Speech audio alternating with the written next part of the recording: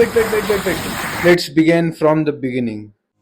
हर student का सपना होता है कि अपने दोस्तों के साथ कॉलेज में एक बीच ट्रिप पे जाए।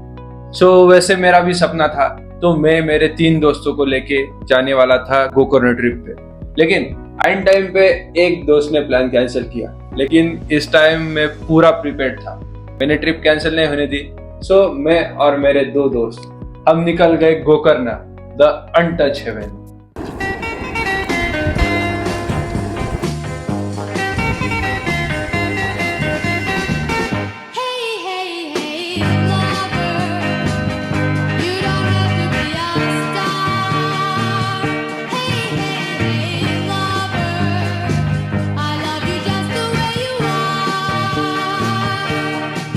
गोकर्ण गोवा से 100 किलोमीटर की दूरी पे है। वहाँ ब्यूटीफुल बीच है, लेकिन लेस क्राउडेड है। जहाँ भगवान शिव का आत्मलिंग है, और उधर से मुर्डेश्वर पास में है, उधर से होनावर भी पास में है। जहाँ बैक वाटर में आप बोटिंग कर सकते हैं। जहाँ इको बीच और मैंग्रोव फॉरेस्ट है, जो इंडियाज मोस्ट क्लीनेस्ट बीच है। हमने थोड़ा प्लान किया, बैग उठाया और चल दिए। हम 3 दिन के ट्रिप पे थे, 3 बंदे। हमको खर्चा आया टोटल 8,000, जाने का आने का सब कैलकुलेट करके। इस व्लॉग में हम देखेंगे डिटेल हमारी जर्नी। हमने हमारी सिटी संभाजी नगर से स्टार्ट किया और कैसे हम पूरी ट्रिप करके वापस आए। आपको ये वीडियो पसंद आएगा और आपको भी फील होगा कि गोकर्ण जाना बहुत जरूरी क्यों है। Let's start. हमारी गोकर्ण जर्नी का स्टार्ट हमने किया रात को 2 बजे हमारी सिटी छत्रपति संभाजी नगर से। रात को 2 बजे हमारी ट्रेन थी जो हमें मुंबई लेके जाने वाली थी, जहाँ से फिर हम अगली जर्नी स्टार्ट करने वाले थे। रात को 1:45 को ही हम हमारे रेलवे स्टेशन पे पहुंच गए थे। फिर वहाँ से हमें पता चला कि हमारी जो ट्रेन है वो 20 मिनट्स डिले है। तो हम बैठ गए और हमने कुछ क्लिप्स निकाले। जो रात का रेलवे स्टेशन का माहौल है बहुत ही बढ़िया, उसमें कुछ भी भीड़ नहीं, कुछ भी शोर शराबा नहीं, शांति से हमने कुछ क्लिप्स निकाले। हम बहुत ज़्यादा एक्साइटेड थे हमारी जर्नी के लिए, क्योंकि फाइनली आफ्टर 1 ईयर हमारा जो प्लान था वो फाइनली एग्जीक्यूट होने वाला था। और जब हम सुबह उठे 8 साढ़े 8 बजे के आसपास, तो हमने देखा कि हम कासार पठार के पास थे। वहाँ का जो माहौल था, जो पूरा कोहरा छाया हुआ था, वो आप वीडियो में देख ही पा रहे हो। इतना प्रफुल्लित करने वाला एनवायरनमेंट था, इतना ज़्यादा अच्छा लग रहा था। मैंने थोड़ी देर रेलवे के डोर के पास खड़े रह के कुछ क्लिप्स निकाले। उसके बाद में मेरे जगह पे आके बैठ गए और मैंने ऑब्जर्व किया, जैसे जैसे हम मुंबई के पास चले जाते हैं, वैसे वैसे जो सिटी है वो बिल्डिंग्स दिखना चालू हो जाता है, वैसे वैसे एनवायरनमेंट चेंज होता है। हम जा रहे हैं ठंडी के मौसम में, तो हमें जो लगा था कि हमें बहुत ज़्यादा ठंडी लगेगी, लेकिन मुंबई साइड जो सी साइड है उधर कुछ भी ठंडी नहीं थी। हमने जो स्वेटर साथ में लाए थे वो बैग में वैसे के वैसे ही रह गए। तो हमारी ट्रेन ने हमको 9:30 के आसपास ठाणे, उसका लास्ट पॉइंट पे पहुंचा दिया। और ठाणे में हमारी ट्रेन स्टार्ट होने वाली थी जो हमें गोकर्ण लेके जाने वाली थी। लेकिन हमारे पास अभी 6 घंटे बाकी थे, क्योंकि हमारी ट्रेन 4 बजे आने वाली थी। तो हमने डिसाइड किया गेटवे ऑफ इंडिया और ताजमहल का जो एरिया है वो थोड़ा एक्सप्लोर करें। तो वहाँ से हमने लोकल पकड़ी और चले गए गेटवे ऑफ इंडिया, क्योंकि ठाणा स्टेशन में लॉकर सिस्टम नहीं है। तो हम गए CSMT। वहाँ हमने लॉकर में हमारे बैग्स रखे और CSMT के बाहर आते आते ही हमें बेस्ट वाली बस मिली। बस में टिकट था हमारा कुछ 18 रुपए।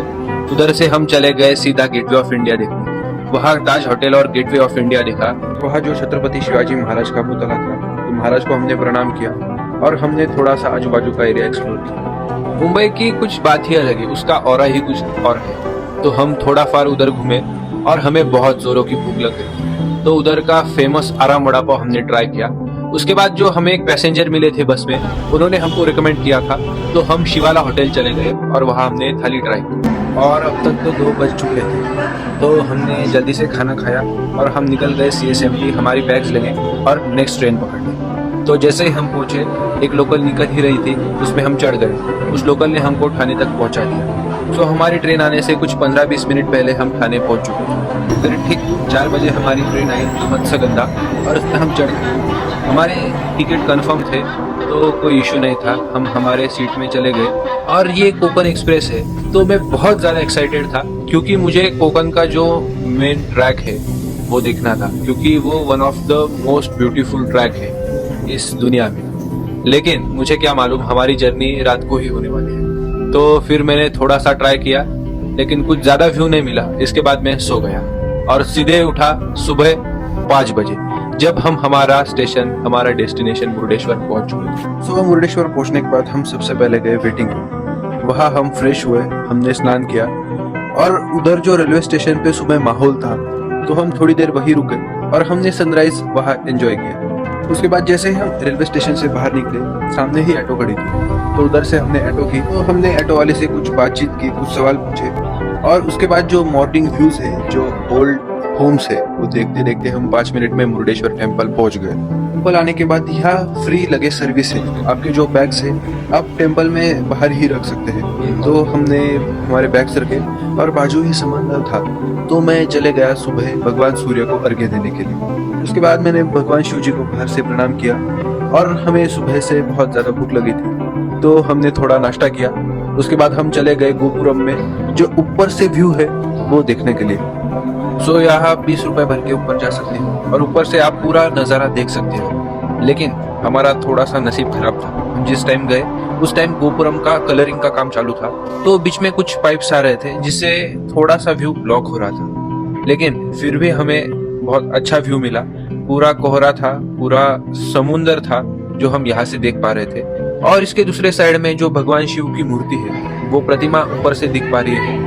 और जो सूर्य टेम्पल है और वो जो ऊपर का व्यू है वो बेहतरीन है। गोपुरम से नीचे आने के बाद हम मंदिर गए और उधर हमने टेम्पल में जाके दर्शन किए। ये पूरा टेम्पल की बाहर की डिजाइन गोल्डन कलर में बहुत अच्छी लग रही थी और अंदर की साइड में पूरे पत्थर के जो ओल्ड स्टोन रहते हैं उसमें पूरा काम किया गया है। इसके बाद अंदर और जो बाकी मंदिर थे, अन्नपूर्णा देवी, दत्तात्रेय महाराज, उनके दर्शन भी हमने किए। और इसके बाद मंदिर के बाजू प्रसादालय है, वो सुबह चालू था, तो हमें किसी ने बताया कि उधर जाओ और प्रसाद लो। तो हम उधर गए और उधर हमने प्रसाद लिया जो बहुत स्वादिष्ट था। सो मंदिर से बाहर आने के बाद जो ऊपर की साइड थी वहाँ भगवान शंकर जी की प्रतिमा स्थापित है और प्रतिमा के नीचे ही एक छोटा सा शो लगाया हुआ है, जिसमें जो पूरी स्टोरी लाइन है कि कैसे मुरुडेश्वर का निर्माण हुआ उसके बारे में बताया गया है। जो रावण की कथा है वो पूरे सीन्स उधर लगाए हुए हैं। उसके बाद बाजू जो शनि महाराज का मंदिर था, सूर्य भगवान का मंदिर था, वहां हमने दर्शन किया, वहां एक चक्कर लगाया और तभी हमारी नजर पड़ी भगवान श्री कृष्ण और पार्थ के रथ के ऊपर, जहां हम गए और हमने ये रथ की डिटेलिंग वर्क देखे। उसके बाद हमने उधर थोड़ा सा व्यू एंजॉय किया। जो दूर दूर तक समंदर दिख रहा था वो हमने देखा, जो हवा चल रही थी, जो माहौल था, उसको हमने एंजॉय किया। उसके बाद उधर से हम गए दूसरे साइड पे, जहां से हमने देखा कि जो बोट्स है वो जा रही है, जो लोकल्स है उनका वो डेली का काम काज कर रहे हैं, वो हमने देखा। उसके बाद हमने बैग लिए और हम पैदल चले गए बस स्टैंड के पास। वहाँ हमको बस मिल गई, हम बस में चढ़ गए और हमारे अगली जर्नी के लिए निकल पड़े। हमारी अगली जर्नी थी होनावर, जहाँ हमको बोटिंग करनी थी। यहाँ जब आप जाएंगे तो आपको एक ऑप्शन होगा कि यहाँ जो ग्रीनरी है उसकी लेवल बहुत अच्छी है। हम गए थे सर्दियों में, उसमें तो और ज्यादा खुल के दिख रही थी। और जो एनवायरमेंट है वो बहुत हैपनिंग है, बहुत ज्यादा प्लीजेंट है। तो वही मैं कॉर्नर पे बैठ के व्यू एंजॉय कर रहा था। ये आप कुछ वीडियो देख ही पा रहे हो कि कितना सुकून मिलता है ये झाड़ियों को देख के। इसके बाद ये आगे हमको दिखा बैक वाटर, जहाँ हमको जाना था। ये एरिया जो सामने दिख रहा है ये मैंग्रोव फॉरेस्ट है। तो वही हमें बस लेके गई अगले पॉइंट के ऊपर और वहां से हमने एक रिक्शा की, तो रिक्शा वाले ने हमको सीधा बोटिंग पॉइंट पे लाके छोड़ दिया। उसके बाद हमने निगोशिएशन किया और हमारा फाइनल हो गया कि 2000 रुपए में प्राइवेट बोट जो हमको 14 किलोमीटर अंदर लेके जाएगी, उधर से वापस लाएगी और 4 स्पॉट हमको कवर करेगी जो उधर थे। तो सबसे पहला स्पॉट था मैंग्रोव फॉरेस्ट में, जहाँ जो मैंग्रोव है वो सेंटर में उसका पूरा फॉरेस्ट था और उसके साइड से उन्होंने बोट लेके गए। उसके बाद हमको जो आगे लेके गए वहाँ वन साइड पे नारियल ट्रीज थे और दूसरे साइड मैंग्रोव फॉरेस्ट था।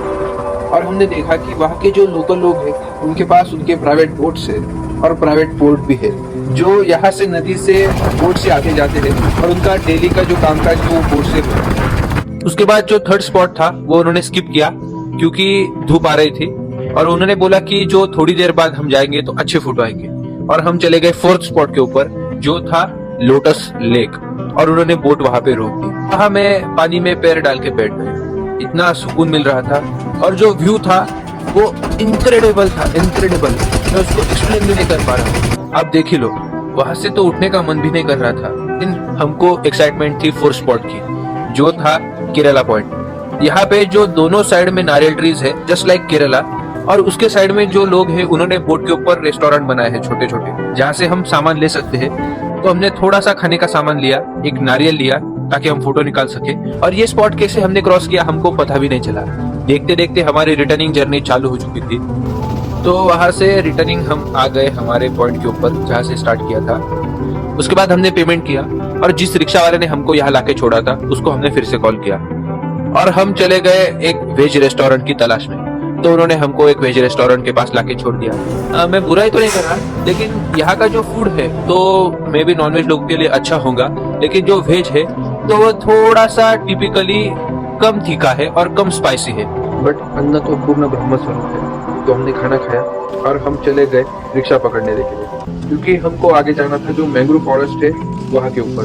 बहुत फेमस स्पॉट है और वहाँ बहुत ज्यादा भीड़ थी, बहुत ज्यादा ट्रिप्स आई थी कॉलेज की और कुछ वेडिंग फोटोशूट भी चालू थी। तो जो फॉरेस्ट है उसके बाहर जो ट्रीज थे उनको ये झूला लगाया था, तो वहाँ हमने थोड़ी देर टाइम पास किया, चिल किया, उधर थोड़ी देर हम बैठे और उसके बाद हमने एंट्री की फॉरेस्ट के ऊपर। ये बेसिकली एक ब्रिज है जो पूरी फॉरेस्ट में रोटेट होता है, घूमता है, जहाँ से हम पूरे फॉरेस्ट के एक चक्कर लगा के वापस आ सकते हैं। और यहाँ हमको फील होता है कि हम नेचर के बहुत पास है, क्योंकि दोनों साइड में लंबे लंबे जो मैंग्रोव ट्रीज है वो है और बीच में से ब्रिज के ऊपर हम चल रहे थे। तो वो देखने में बहुत ज्यादा खूबसूरत है और बहुत अच्छा फील होता है इधर। बाद मैं चलकर थोड़ा थक गया था, तो ऐसे ही पेड़ के नीचे मैंने थोड़ा आराम किया।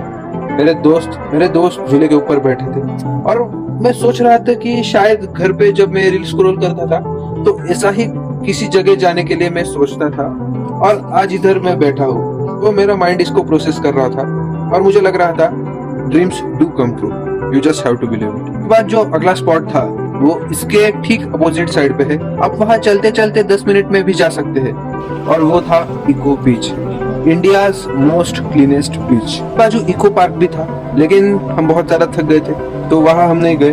हम सीधे सीधे भागते बीच के ऊपर आ गए। Actually this was first time हम बीच को देख रहे थे एक्चुअली में। सो हमने यहाँ कुछ फोटो निकाले। हम पूरे भीगे नहीं क्योंकि हमें आगे गोकर्ण को भी जाना था। हमने यहाँ थोड़ा सा चक्कर मारा बीच के ऊपर और हम चले गए फिर से वापस। फिर बाहर हम रोड पे चलते चलते आए। वहां से हमने रिक्शा पकड़ी जो हमको ले जाने वाली थी होनावर बस स्टेशन के पास, जहाँ से हमको बस पकड़नी थी गोकर्ण के लिए। और जैसे ही हम पहुंचे वैसे ही हमको तुरंत से बस मिल गई, जिसमें जगह नहीं थी, बस फुल थी, लेकिन फिर भी हम घुस गए क्योंकि हमको गोकर्ण को जाना था। फिर 3:30 तो अब बच गए थे। जैसे जैसे करके हमको 5 बजे के पास जगह मिल गई। उसके बाद मैंने जब बाहर खिड़की से झांका तो सनसेट हो रहा था, और यहाँ की जो नजारे है ना उसकी बात ही अलग है, बात ही अलग। वो इतना ब्यूटीफुल लग रहा था, ये आप देख पा रहे होंगे। और ये बहुत दूर है, जो सामने है वो बैक वाटर है जो लोगों ने खेती के लिए स्टोर करके रखा है। और मैं बाहर से नजारे देख रहा था और मैं देखता ही रह गया। उसके बाद हम पहुंचे हमारा डेस्टिनेशन गोकर्ण। हम बस से नीचे उतरे। यहाँ के नजारे ही कुछ अलग थे, जो आप देख पा रहे हैं। ये इधर का नॉर्मल डे है, कुछ स्पेशल भी नहीं, फिर भी इतना ब्यूटीफुल। यहाँ से हम चलते चलते कुडले बीच की तरफ निकल गए, क्योंकि वो यहाँ से बहुत ज्यादा दूर नहीं था। गूगल मैप्स का इस्तेमाल करके हम कुडले बीच पे आ गए, लेकिन हम थोड़ा लेट हो चुके थे आज के सनसेट को देखने के लिए। फिर अब इधर रुकने का कुछ फायदा नहीं था और हमारा कोई होटल भी बुक नहीं था। फिर मेरे दोस्त ने ऑनलाइन सर्च करके रखा था, तो हमने एक हॉस्टल वाले को कॉल किया और लकीली एक रात के लिए हमको जगह मिल गई। फिर क्या, इधर से हमने रिक्शा पकड़ी और सीधे गए मेन बीच। यहाँ से आप बीच से पैदल भी जा सकते हैं, लेकिन हम थक गए थे और जब हम रेत में चलते हैं तो हमारे पैर धंसते हैं और हम ज्यादा इजीली चल नहीं पाते। तो हमने रिक्शा की और सीधे गए हॉस्टल के पास। और जैसे ही हम रिक्शा से उतरे और मैंने ये नजारा देखा, अरे मैं तो पागल ही हो गया। इतना मतलब मैंने कभी जिंदगी में सोचा नहीं था। एक साइड में समंदर है, शाम का इतना खतरनाक, इतना अच्छा व्यू है, और दूसरे साइड में ये हॉस्टल्स और इसकी जो लाइटिंग है, जो पूरा एम्बियंस है। अब सच्ची में मैं पागल हो गया था और नीचे रेत में पैर भी धस रहे थे। और हम भागते भागते गए हमारे हॉस्टल के पास, जो थोड़ा सा आगे था लेकिन परफेक्ट पॉइंट पे था, क्योंकि उसके सामने से बैक वाटर भी जा रहा था। वहाँ के तो पूरी वाइब भी मैच हो गई, क्योंकि हॉस्टल का नाम ही रिवाइव था। Make sure to check out. ये कोई पेड प्रमोशन नहीं है, लेकिन हमको ये इतना ज्यादा पसंद आया, डेफिनेटली रिकमेंडेड। अगर आपको इधर जगह मिले तो जरूर जाइएगा। ये हॉस्टल कुछ 5 स्टार से कम नहीं था। हमने इधर खाना खाया, हमारे बैग हॉस्टल में रख दिए और हम चले गए बीच टहलने रात को। लेकिन हमारे सामने एक मेजर प्रॉब्लम था ही कि हमको आज तो जगह मिल गई, लेकिन कल का क्या? अगर कल भी सारे हॉस्टल फुल है तो वैसा ना हो, इसलिए हम अभी चले गए बाहर हॉस्टल में जगह ढूंढने के लिए। हमने बहुत से हॉस्टल ढूंढे, बहुत सी जगह देखी, लेकिन सब बुक था, कुछ भी अवेलेबल नहीं था। लेकिन फाइनली हमारे जो हॉस्टल के बाजू में रिसोर्ट था तो उनके पास एक वैकेंसी खाली थी और लकीली हमारा वो प्रॉब्लम भी सॉल्व हो गया। हमने वो तुरंत बुक कर दिया। हमको ओवर प्राइस गिरा, लेकिन हमारे पास कोई ऑप्शन नहीं था। और उसके बाद हम चले गए बीच टहलने के लिए रात को। पूरा सन्नाटा, पूरा अंधेरा, समंदर का आवाज और उसमें जो बोट चल रही थी उसके लाइट्स। अरे क्या व्यू है भाई, ये करना ही चाहिए जिंदगी में, ये करना ही चाहिए। तो हम जब वापस आए तो जो हमारे होस्ट थे तो उन्होंने एक गेम होस्ट किया था सारे गेस्ट के लिए, तो हमने उसको ज्वाइन किया। और मेरे साथ जो मेरा दोस्त था वो बहुत होशियार है, थोड़ा एक्टिव भी है, तो उसने उस गेम में पार्टिसिपेट किया और उसको जीता भी। तो ये एक बहुत अच्छी मेमोरी थी। हमारे कुछ फॉरेनर दोस्त बने, जो शायद मैं पहली बार कुछ फॉरेनर से बात कर रहा था। बाद हम थके हुए थे तो हम रूम पे चले गए और सो गए। और ये बात तो बहुत अच्छी थी क्योंकि हम तीनों में से कोई भी ड्रिंक नहीं कर रहा था, स्मोक नहीं कर रहा था, तो हमको उधर रुकने का भी कोई फायदा नहीं था रात को। उनकी देर रात तक पार्टी चालू थी, लेकिन हमने उसमें कुछ इंटरफेयर नहीं किया। और दूसरे दिन मैं सुबह 5 बजे उठा, क्योंकि मेरी एक आदत है, मैं जब भी कहा टूर मारने जाता हूँ, ट्रैवल करता हूँ, तो मैं सुबह जल्दी उठता हूँ और रात को देर से सोने का ट्राई करता हूँ ताकि मैं पूरे व्यू एंजॉय कर पाऊँ। और यहाँ तो कोई जगह भी नहीं था क्योंकि जो सारे लोग हैं वो पार्टी लेट नाइट कर रहे थे, तो मैं अकेला ही वहां बैठा रहा और मुझे तो वहां भगवान के दर्शन ही हो गए। वो इतना मनमोहक दृश्य था, इतना प्रलोभनीय दृश्य था कि मैं उसका वर्णन भी नहीं कर पा रहा। तो वहां मैं वैसे ही बैठा रहा। सुबह सुबह मैं अकेले ही समंदर की गर्म रेत पे चलता गया और मैं मेरे एग्जिस्टेंस को ही क्वेश्चन करने लगा कि इतना ज्यादा खूबसूरत पृथ्वी है, इतना ज्यादा ब्यूटीफुल है, और मैं कर क्या रहा हूँ इतने साल इससे दूर, यही तो जीवन है। लेकिन मुझे फोन लेने का कुछ सूझा ही नहीं, मैं वैसे ही चले गया। लेकिन जब मैं वापस आया तो मैंने फोन को लिया और यहाँ एक झूला था उसमें बैठ गया और मेरे दोस्तों की राह देखने लगा कि कब वो उठते हैं और कब मैं स्विमिंग को जाता हूँ। फिर जब मेरा दोस्त आया तो मैं सीधे भागते भागते गया समंदर के ऊपर और स्विमिंग को चले गए, क्योंकि मैं इसकी बहुत देर से राह देख रहा था और पानी इतना ठंडा था कि बस। फिर थोड़ी देर बाद मैं बाहर आया, फिर मैंने थोड़े पुशअप्स मारे और उसके बाद चले गए फिर से मेरे हॉस्टल पे आने के बाद मैंने पहले बाहर नहाया, क्योंकि जो समंदर का पानी है तो पूरी रेत घुस जाती है हमारे बॉडी में। फिर ये था मेरा रूम जहाँ मैं वापस आया और उसके बाद हम रेडी हुए और हम चले गए बाहर के एरिया में, हर जो एरिया बनाया था वहाँ चिल करने के लिए। हमने कुछ गेम्स के लिए थोड़े टाइम एंजॉय किया, नाश्ता किया और उसके बाद हम चले गए जो हमारा मेन मोटिव था, ट्रेकिंग करना। यहाँ कैसा है, सारे जो बीच है वो एक दूसरे से कनेक्टेड है, लेकिन आप एक बीच से दूसरे बीच बोट से जा सकते हैं या आप ट्रेक करके भी जा सकते हैं। हमने चूज किया कि हम ट्रेक करके जाएंगे ताकि हमको ऊपर से व्यू भी एंजॉय करने को मिले। फिलहाल चलते चलते हम हमारे हॉस्टल के पार्किंग के पास आ गए और जो स्कूटी हम रेंट करने वाले थे उस इंसान को हमने इधर ही बुला लिया हमको पिक करने के लिए, ताकि हमें उधर जाना ना पड़े। और हम 3 लोग थे तो मैं छुप गया और मेरे 2 दोस्त उसके साथ चले गए कि वो उधर से गोडाउन से बाइक ले सके और पेट्रोल भर के वापस यहाँ आ सके। तब तक मैं अकेला ही यहाँ टहल रहा था और इनके जो फार्मिंग टेक्निक्स है वो देख रहा था। इनके पास थोड़ी फार्मिंग मेथड मुझे अलग लगी। इनके पास बड़े बड़े खेत है, लेकिन उसको इन्होंने डिवाइड किया है और छोटे छोटे प्लांटेशन कर रहे थे। इस वीडियो में आप देख ही पा रहे हैं कि इन्होंने देखो कैसे डिवाइड करके 2 अलग क्रॉप्स एक ही खेत पे लिए हैं। इसके बाद लगभग आधे घंटे तक मेरे दोस्त आए ही नहीं, तो मैं कॉल कर रहा था, वो भी नहीं लग रहा था। तो मैं चलते चलते मेन बीच से कुडले बीच की तरफ आधे रास्ते तक पहुंच भी गया। उसके बाद मेरे दोस्त का कॉल आया, वो पार्किंग की तरफ दूसरे रास्ते से आ भी गए थे तो मैं उधर ही रुक गया और उनका वेट करने लगा। इसके बाद एज ऑलवेज हमेशा जब हम कहीं भी जाते हैं तो मैं खुद ही ड्राइविंग करता हूँ। हम चले गए हमारे पार्किंग की तरफ से ओम बीच की तरफ, जो यहाँ से लगभग 20 से 22 किलोमीटर की दूरी पे है। यहाँ के जो नजारे हैं, जो घाट है, बेहद ही खूबसूरत है, बेहद ही। यहाँ ऐसे फील होता है मानो हमेशा के लिए ड्राइविंग ही करते रहे। इसके बाद हम हमारा डेस्टिनेशन ओम बीच के पास पहुंच गए। ऊपर हमने पार्किंग में गाड़ी लगाई और यहाँ से थोड़ा उतर के सीढ़ियों से नीचे जाता है। इससे बेहद खूबसूरत समंदर का नजारा दिख रहा था। तो हम भागे और जल्दी से नीचे उतर के बीच के पास चले गए। एक साइड में जो पत्थर थे उस पे हम चढ़ गए ताकि उधर से अच्छा व्यू मिले, और इसके शेप के कारण इसको ओम बीच कहा जाता है, क्योंकि ये ओम आकार में है। ऊपर ठंडी हवा चालू थी, आप आवाज सुन ही पा रहे होंगे। तो यहाँ हम थोड़ी देर बैठे, उधर से हम निकले सीधे ट्रेक को जाने के लिए। लेकिन उससे पहले हमने थोड़ा सा नाश्ता किया, पाइनएप्पल्स खाए। इसके बाद हमने पानी में से चलते चलते ओम बीच क्रॉस किया और उसके बाद हम एंड पॉइंट पे चले गए जहाँ से हम ट्रेक चालू करने वाले थे। फाइनली हमने हमारा ट्रेक चालू किया रास्ता पूछ के। उसके बाद हम ऊपर निकल गए बर्ड व्यू पॉइंट की तरफ, जहाँ से पूरा ओम बीच का नजारा दिखता है। यहाँ ट्रेक करते करते हमको बेयर ग्रिल्स की फीलिंग आ रही थी, जैसे मैन वर्सेस वाइल्ड में दिखाया जाता है वैसे ही झाड़ियों में से कमेंट्री करते करते हम दोस्त लोग आगे पॉइंट की तरफ निकल पड़े। फिर थोड़ी देर चढ़ाई करने के बाद फाइनली हम पॉइंट पे पहुंच गए।